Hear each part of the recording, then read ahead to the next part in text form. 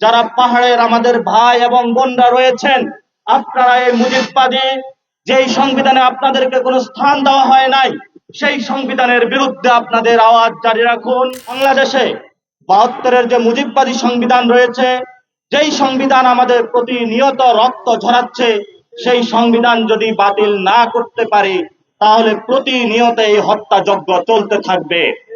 আমাদের বুকে রক্তের ক্ষরণ হচ্ছে, আমাদের বোন হসপিটালে আছেন। আমরা হসপিটাল থেকে দৌড়াদৌড়ি করে এখানে এসেছি। আমরা আজকে এখানে বিক্ষোভ মিছিল করছি, কিন্তু আমরা যদি বাংলাদেশের পিছনে একটু ফিরে যাই, ৭১ সালে সাম্য, মানবিক মর্যাদা এবং ন্যায় বিচারের বাংলাদেশ রাষ্ট্র গঠন হয়েছে, সংবিধান তৈরি করা হয়েছে। আমরা মনে করি বাংলাদেশের যে বিভিন্ন জাতিসত্তাকে সেই সংবিধান থেকে খারিজ করে একটি জাতিসত্তার উপর গুরুত্ব আরোপ করার কারণেই আজকে আমার বোন হলো হসপিটালে। ঠিক। আমরা সেই সংবিধানের বাতিল চাই, যেই সংবিধানের কারণে প্রতিনিয়ত আমাদের সমতল হোক, পাহাড় হোক, বিভিন্ন যে জাতিগোষ্ঠী রয়েছে, মারমা, সাঁওতাল, চাকমা, বাঙালি, যারাই হোক, প্রতিনিয়ত তাদের আজকে রক্তক্ষরণ হচ্ছে।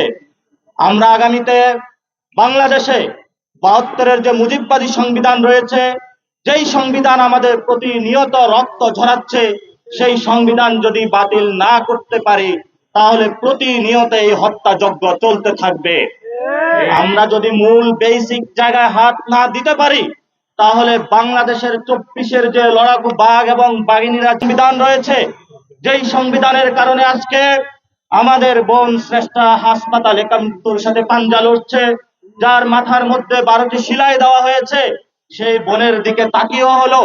যারা পাহাড়ের আমাদের ভাই এবং বোনরা রয়েছেন, আপনারা এই মুজিববাদী যেই সংবিধানে আপনাদেরকে কোনো স্থান দেওয়া হয় নাই, সেই সংবিধানের বিরুদ্ধে আপনাদের আওয়াজ জারি রাখুন।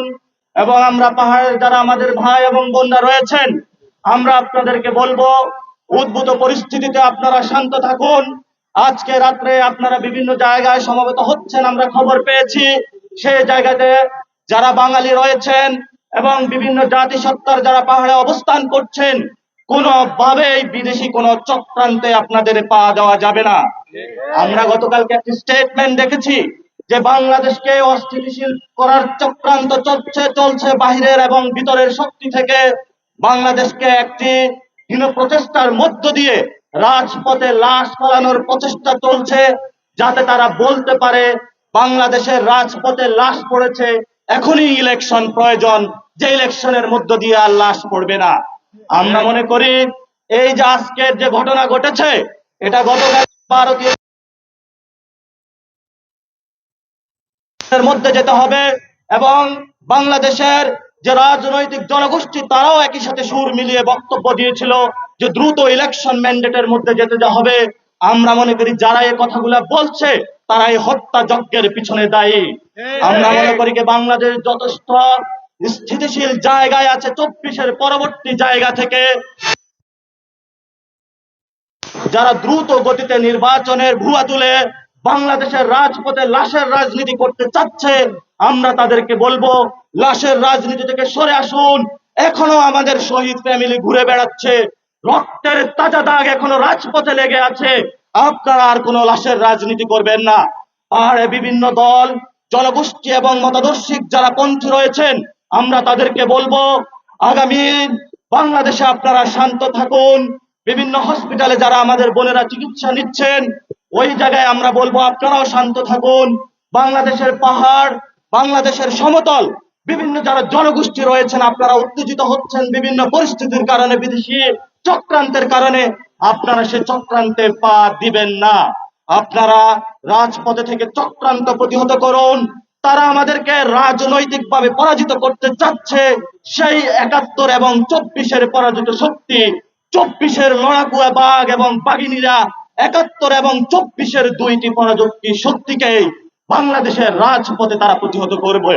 আমরা বাংলাদেশে চাই যারা আমাদের এই রাজপথে খুনের বন্যা বসিয়েছে, অতি দ্রুত তাদেরকে আইন শৃঙ্খলা বাহিনী তাদেরকে শাস্তির আওতায় নিয়ে আসুক এবং বাংলাদেশের যে বিচারহীনতার সংস্কৃতি রয়েছে, আমাদের ভাইদেরকে যারা গাজীপুরে হত্যা করেছে, যাত্রাবাড়িতে হত্যা করেছে, আজকে আর এনসিটিভির সামনে হত্যাযজ্ঞ চালানোর মাতারা উল্লাসে তারা কেঁপে উঠেছিল। আমরা মনে করি ৭১-এর হত্যাযজ্ঞ, ৯০-এর হত্যাযজ্ঞ এবং এই ২৪-এর হত্যাযজ্ঞ, আজকে এনসিটিভির সামনে যে হত্যাযজ্ঞ চালানোর প্রচেষ্টা চালানো হয়েছে আমাদের বন্ধুরূপে, একই ধারাবাহিকতায়, এবং সেই ধারাবাহিকতার পিছনে ভারত রাষ্ট্র